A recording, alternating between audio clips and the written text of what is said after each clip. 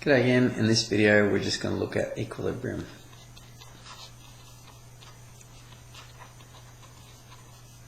Okay. So equilibrium means that there's no acceleration and there's no resultant force. In other words, the resultant force is equal to 0 or A is equal to 0. All of the above. In particular we're going to look at sort of what happens when we have three forces. And the reason we're talking about three forces is because we can create triangles out of three forces, because we can easily solve questions that have three forces, because we like triangles, because we know a lot about triangles. And so I'm just going to go straight into an example of something like this. So I've got some force going, that's supposed to be a vertical line. I'm going to start again. Some force there with 10 newtons. Let's have a force here of 123 degrees in between them of, I don't know, 15 newtons. And some force here. And let's just say that's, I don't know, what does it look like? Let's say 100 degrees in there. And a force of k newtons, where k is unknown. So if we're looking to find out if this system is in equilibrium, so if this system is in equilibrium, in other words, if nothing's moving, or if it's moving but not accelerating, so just constant velocity, then find what k is. You know, what's the measure of force that needs to be applied in this direction to make sure that nothing else moves. Now, there's a couple of ways to do this, but I'll show you the first way, and that's to change this into some sort of triangle. So remember, when we add three forces together, we're going to add this force plus this force plus this force. Because they're in equilibrium, that means your resultant force is 0. That means if we add the three vectors, it will be a triangle, and I'll show you what I mean. So we have our 10 Newton force there. 10 Newton force there. Now, if we add our 15 Newton to the end of that one, then we'll get some force there of 15 Newtons. Also, if we've got this K force there, we'll get the force there of K. Okay, so that's how many newtons. And so we can put them into a triangle, which is really, really helpful because we love triangles. Now, just a quick trick, I could show you this, but it's actually something you can figure out quite easily for yourself. But if the angle between the 10 Newton force and the 15 Newton force is 123 degrees in this diagram, when it moves into the triangle, it's actually 180 minus the angle inside the triangle. Okay, so from here, that angle when it goes into there will be 180 minus 123. So between the 10 Newton force and the 15 Newton force, so looking here, between the 10 Newton force and the 15 Newton force, the angle in here will be 180 minus 123. So that's 57 in there. Beauty, the angle between 15 and K, so between 15 and K, so this angle in here will be 180 minus 100, so that's 80 degrees in there.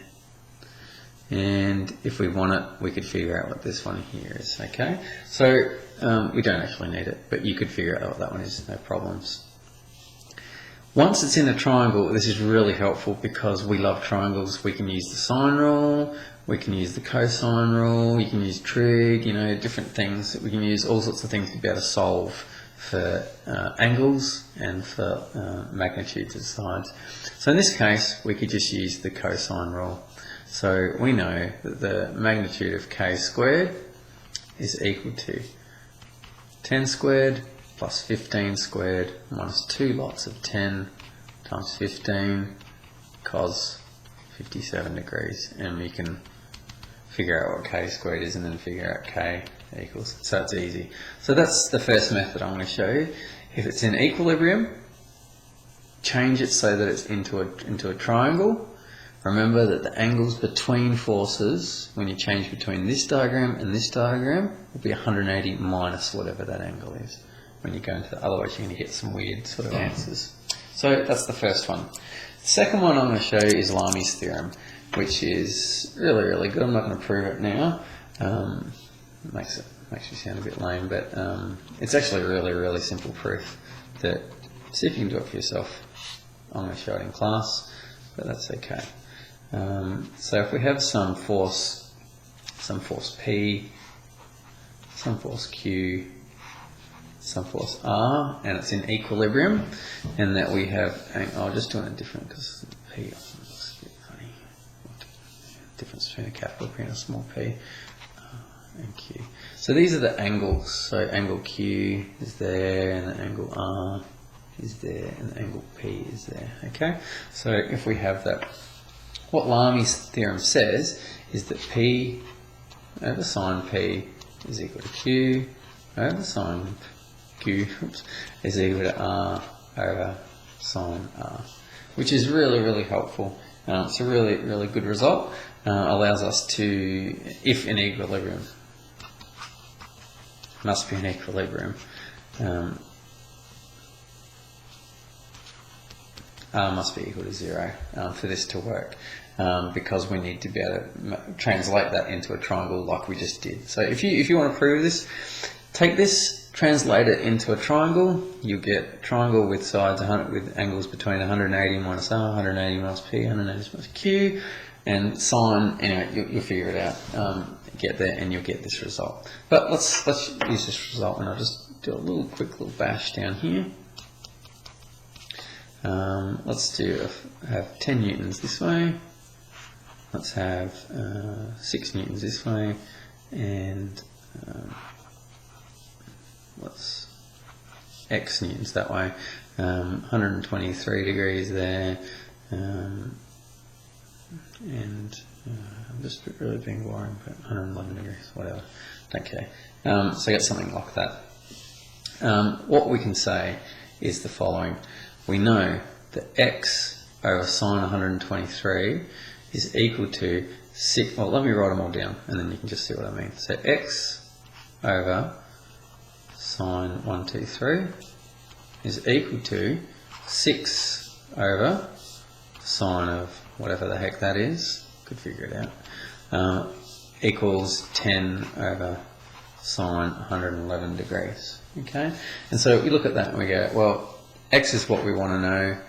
Don't know this, could figure it out if you really wanted to, but we know all these things. And so we can use Lami's theorem really quickly to say x is equal to 10 sine 123 over the sine 111. And so bang, there's your answer. Chuck it in your calculator, job done. So Lami's theorem, really good theorem. All it's doing is exactly what we did in the first example to use that. But that's it. Thank you. That's equilibrium.